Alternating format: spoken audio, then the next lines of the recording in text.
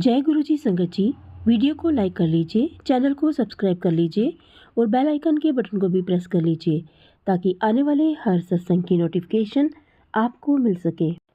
संगत जी, आप जी से एक रिक्वेस्ट है कि आप सत्संग को पूरा अंत तक सुना करें, क्योंकि सत्संग को पूरा सुनने से ही हमें गुरु जी की ब्लेसिंग्स मिलती हैं। संगत जी, जब हम कभी लाइव किसी सत्संग में जाते हैं तो हम कभी भी अधूरा छोड़कर सत्संग को नहीं आते। इसी तरह से अगर हमें सत्संग को सुनने का मौका मिल रहा है तो हमें कभी भी उसको अधूरा बीच में नहीं छोड़ना चाहिए। तो चलिए संगत जी, अब हम सत्संग सुनते हैं। ये सत्संग हमें एक आंटी जी ने लिख कर भेजा है, तो चलिए देखते हैं क्या लिखा है आंटी जी ने। आंटी जी लिखती हैं, जय गुरु जी, शुक्राना गुरु जी। संगत जी, मैं अपनी पहचान गुप्त रखना चाहती हूँ। मुझे गुरु जी का मैसेज काफ़ी टाइम से आ रहा था कि शुक्राना कर। मुझे नहीं पता था कि शुक्राना अपना सत्संग शेयर करने को कहते हैं। मैं सोचती थी कि मैं शुक्राना तो बोलती हूँ, फिर क्यों बार बार मुझे ये मैसेज आता है। फिर एक दिन सत्संग में सुना कि शुक्राना क्या होता है। ये मेरा पहला सत्संग है। अगर कोई गलती हो तो प्लीज़ मुझे क्षमा करना। मैं गुरुजी से कब जुड़ी मुझे नहीं पता, पर मैं काफ़ी पहले से उनके भजन सुनती थी क्योंकि मुझे वो बहुत अच्छे लगते थे, पर गुरुजी से मेरा कोई कनेक्शन नहीं था।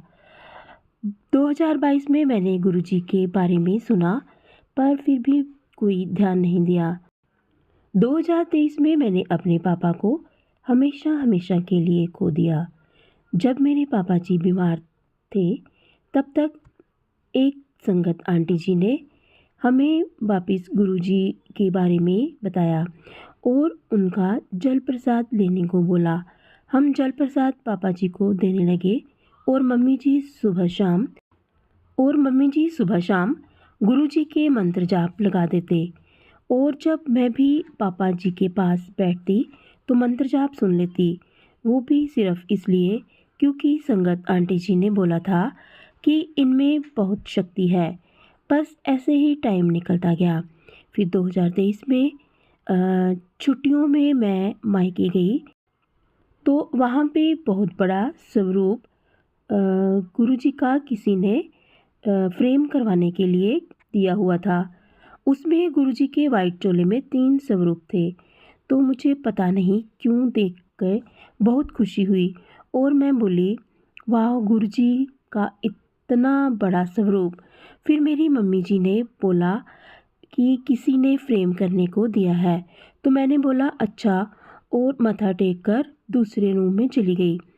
थोड़ी टाइम के बाद मुझे याद आया कि गुरुजी के मैसेज आ रहे थे कि मैं तुझे दर्शन दूंगा। तो मैं बहुत खुश हो गई।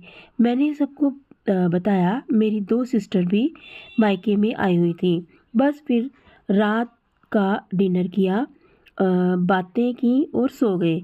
मैं वर्किंग लेडी हूँ, तो मेरी नींद सुबह जल्दी खुल जाती है। मैं उठकर नहा धोकर फ्रेश हो गई और दूसरे रूम में गुरुजी के स्वरूप के पास बैठकर मंत्र जाप करने लगी। अभी वो स्वरूप ज़मीन पर ही पड़ा हुआ था क्योंकि वो किसी और का था।